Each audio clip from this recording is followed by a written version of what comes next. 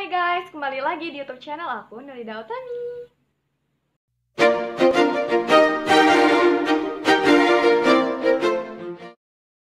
Akhir-akhir ini itu sedang ramai membicarakan yang namanya keterampilan abad 21 atau istilah dengan keterampilan 4C, yang kalau kalian misalkan teman-teman tuh tahu dan pernah mendengar istilah ini, keterampilan abad 21 yang sejalan dengan perubahan saat ini, yaitu kita telah memasuki yang namanya revolusi industri 4.0, di mana teknologi informasi itu sudah menjadi basis dalam kehidupan manusia. Sehingga segala hal itu menjadi tanpa batas karena dipengaruhi oleh teknologi informasi dan internet yang sudah menjamur seperti sekarang ini, serba online, serba digital, dan tentunya memudahkan pekerjaan manusia. Lalu, apa sih hubungannya dengan teknologi informasi ini dan juga kreativitas dan pengembangan diri oleh pelajar, terus juga mahasiswa, dan semua yang bergerak di dalam suatu bidang untuk bisa mempersiapkan diri tentunya di masa yang akan datang. Di video kali ini tuh aku akan bahas sih bagaimanakah untuk bisa meningkatkan keterampilan kita sebagai seorang pelajar, seorang mahasiswa untuk bisa bersaing di era global dan di masa yang akan datang. Bagaimana sih apa aja harus kita persiapkan sebagai seorang generasi penerus yang nantinya bisa mengembangkan ya seperti personal branding diri kita sendiri, terus bakat kita, dan untuk bisa siap kerja ke depannya. Oke, sebelum masuki videonya, jangan lupa untuk klik tombol subscribe, like, dan nyalakan notifikasi loncengnya ya. Jadi ini tuh adalah beberapa yang namanya suatu keterampilan di abad 21 yang wajib dan juga perlu dimiliki oleh seorang pelajar SMA, terus juga SMP, dan untuk mahasiswa, untuk calon mahasiswa juga ini bisa untuk jadikan sebagai untuk nanti menjalankan aktivitas di perkuliahan bisa dengan mengembangkan keterampilan yang akan aku jelaskan nanti ya. Yang pertama adalah critical thinking. Mungkin kalian udah pernah mendengar istilah keterampilan ini ya, skill ini, yaitu kemampuan untuk berpikir kritis. Untuk teman-teman yang mungkin masih SMA dan atau SMP yang melihat video ini ya, menonton, mungkin kalian tuh belum tahu apa sih berpikir kritis. Berpikir kritis tuh yang ini ya, yang susah-susah banget gitu, yang terlalu mendalam. Enggak gitu. Jadi berpikir kritis di sini kita artikan secara ini aja mudahnya itu kemampuan gimana sih kita bisa membedakan apakah ini sebuah fakta atau sebuah yang tidak benar, dan kita juga mampu untuk memecahkan suatu permasalahan dan sesuatu hal yang kita temui supaya kita tuh bisa membedakan antara yang benar dan juga ini tuh salah, kita nggak boleh ngikutin. Artinya kita tuh bisa memfilter diri kita sendiri dari apa yang informasi yang kita dapatkan.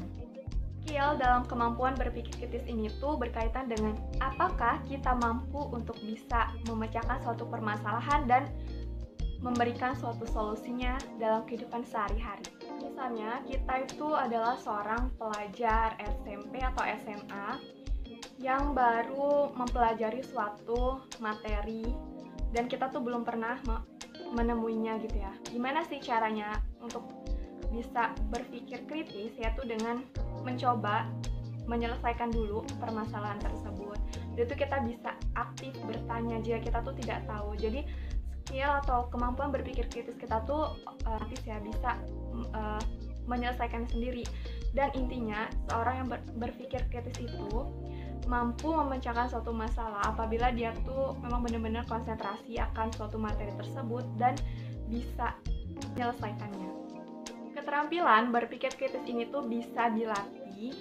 Jadi meskipun kalian itu ngerasa sulit banget ya untuk bisa menjadi seorang pemikir yang kritis dan aktif, misalnya tuh dalam perkuliahan ya, kalian tuh aktif, terus juga mampu berargumen dan mengungkapkan pendapat gitu. Itu kan bisa dilatih secara perlahan. Nah, nanti lama-lama kalian tuh bisa dengan sendirinya jika kalian tuh rajin membaca, terus sering membaca suatu artikel yang berhubungan dengan materi atau pelajaran tertentu atau suatu topik tertentu. Communication atau komunikasi, skill atau keterampilan itu memang diperlukan juga. Karena kita tuh kan yang namanya komunikasi itu arti kan menyampaikan pesan, ide, gagasan kepada orang lain supaya orang lain itu bisa mengerti apa yang kita ucapkan. Jadi komunikasinya itu bisa secara verbal atau lisan dan juga secara non verbal atau bisa juga dengan tulisan. Mengapa sih berkomunikasi itu diperlukan bagi seorang pelajar dan mahasiswa? Kalau misalnya teman-teman lihat sendiri ya, di suatu sekolah atau di sekolah kalian sendiri deh, teman kalian itu yang bisa jago berargumentasi itu kira-kira coba kalian lihat lagi siapa gitu orangnya. Dengan mereka mampu berargumentasi, mampu memberikan ide, gagasan kepada orang lain, dan dia tuh pastinya bisa mengembangkan dirinya itu menjadi lebih baik lagi, dan tentunya skill itu sangat dibutuhkan loh. Kalau kalian ikut suatu organisasi di kampus, di sekolah, seperti mungkin ada, kalau di sekolah kan biasanya tuh OSIS ya, mereka tuh mampu mengungkapkan, rata-rata tuh mampu berkomunikasi dengan baik ya, tapi semuanya sih rata-rata dengan sendirinya bisa mengembangkan skillnya. Jadi itulah yang dibutuhkan sekarang oleh dunia ini, orang-orang yang mampu bisa berkomunikasi dengan baik. Jika kalian itu memiliki suatu cara berkomunikasi yang baik dan segalanya itu pastinya akan menambah benefitnya. Kita bisa nambah teman, nambah relasi, dan perkembangan ataupun pengetahuan kita juga bisa semakin luas karena kita tuh bertemu dengan hal-hal yang baru dan bisa kita jadikan sebagai pembelajaran. Collaboration, mungkin kalian tuh udah pernah dengar kata ini, yaitu dimana kita tuh bisa bekerja sama dalam suatu tim dan tentunya untuk menghasilkan tujuan bersama. Dengan adanya kolaborasi ataupun kerjasama dalam suatu tim, itu dapat mengisi yang namanya kekurangan dan kelebihan, dan tentunya akan menghasilkan hal yang bisa memiliki keunggulan dalam apapun yang kalian kerjakan tersebut. Contohnya yaitu saat di sekolah ataupun di kampus kalian akan menemukan yang namanya tugas kelompok. Nah, di tugas kelompok tersebut memerlukan yang namanya kolaborasi. Jadinya, jika kolaborasi kalian itu berjalan dengan baik, tentunya hasil yang akan kalian dapatkan juga itu akan maksimal dan bisa mendapatkan nilai yang lebih dari guru ataupun dosen kalian. Nah, itu contohnya misalkan kalian ikut suatu organisasi. Nah, di suatu organisasi itu kan biasanya ada bidang-bidang tertentunya untuk menjalankan suatu kegiatan yang nantinya akan bisa terlaksana. Dengan adanya kolaborasi, bekerja sama, tentunya akan mempermudah kalian dalam melakukan pekerjaan.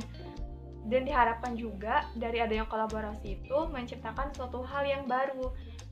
Jika suatu hal yang baru tersebut terlaksana, kan tentunya akan memberikan efek bagi diri kalian sendiri. Creativity atau kreativitas, dan ini juga itu memang diperlukan bagi seorang pelajar dan mahasiswa, di mana kita tuh harus mampu mengembangkan yang namanya kreativitas dan bisa berinovasi dalam suatu hal apapun. Kreatif dan inovatif itu hal yang saling berkaitan, kata tersebut tuh saling berkaitan. Kreatif berarti kita tuh harus bisa membuat suatu hal yang unik dan berbeda, sedangkan inovasi itu membuat hal-hal yang baru, jadi bisa digabungkan ya, jadi kreatif, inovatif. Wah, berarti kalau misalnya kita membuat suatu produk, tentunya bisa memberikan suatu efek yang berbeda dan bisa menarik minat dari seseorang.